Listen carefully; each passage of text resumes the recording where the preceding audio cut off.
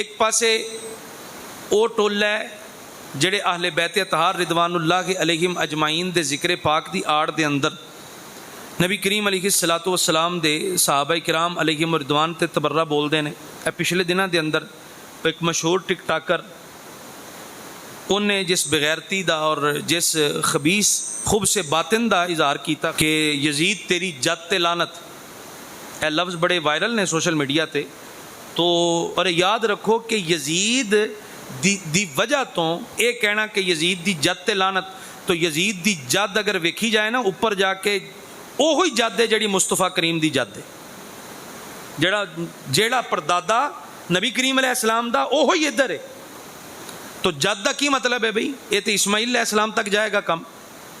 तो बनु उमैया ये भी कुरैशी ने, ओही खानदान है जेड़ा नबी करीम अलैहिस्सलातु वस्सलाम दे अबाओ, इस खानदान दे अबाओ अजदाद ओहो ही ने जेड़े मदीने दे ताजदार दे अबाओ अजदाद ने।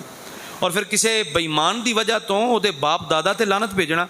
अबू लाब कौन है? नबी पाक अलैहिस्सलाम दा सका चाचा है कि नहीं है? है किसी च जुर्रत जेड़ा आखे अबू लाब दी जत ते लानत? है जुर्रत? क्यों? इस वास्ते कि बई ओदी ओ जद सिर्फ ओदी जत ते नहीं ना, मदीने दे ताजदार दी जद भी तो ही है ना। तो किसी काफिर दी वजह तो दे बाप दादा नूह अलैहिस्सलाम दा पुत्र कौन है? कौन है नूह अलैहिस्सलाम दा पुत्र? बेईमान है जिन्हें आख्या सी अब्बा जा कम कर जाके, पहाड़ को आएगा तूफान आएगा तो मैं वो पहाड़ की चोटी ते चढ़ जाऊँगा। आख्या सी कि नहीं आख्या? हुण है किसी च जुर्रत जेड़ा पुत्र की वजह तो प्यो ते लानत भेजे? तो दूसरा ये है कि साहबा ते लानत भेजन वालियां दा कम अज़ कम ये तो पता लग गया ना भी ये मावां भैणां नचाण वाले ने। म्यार तो समझ आ गया ना कि साहबा नूं गालां कड्ढण वाले लोग कौन ने?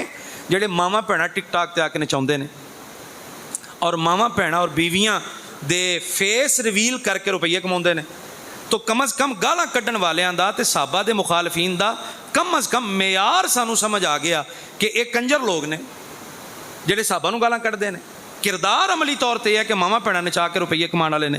तो इस वास्ते किसी बेईमान की वजह तो दे बाप दादा नूं गालां कढ़ना ये हरगिज़ और कतन मुनासिब और अच्छी चीज़ नहीं। वगरना जो गाल इधर कढ़ी है वही गाल अबू लाब दी जद नूं कढ़ के विखा ना। अबू लाब भी तो बेईमान है। इमाम हुसैन दा दुश्मन वड्डा बेईमान है या मुस्तफा करीम दा दुश्मन वड्डा बेईमान है? बोलो तो सही। तो अबू लाब ते मुस्तफा करीम दा दुश्मन है, भेजना जद ते लानत। तो गिरामी कदर हज़रात बाहर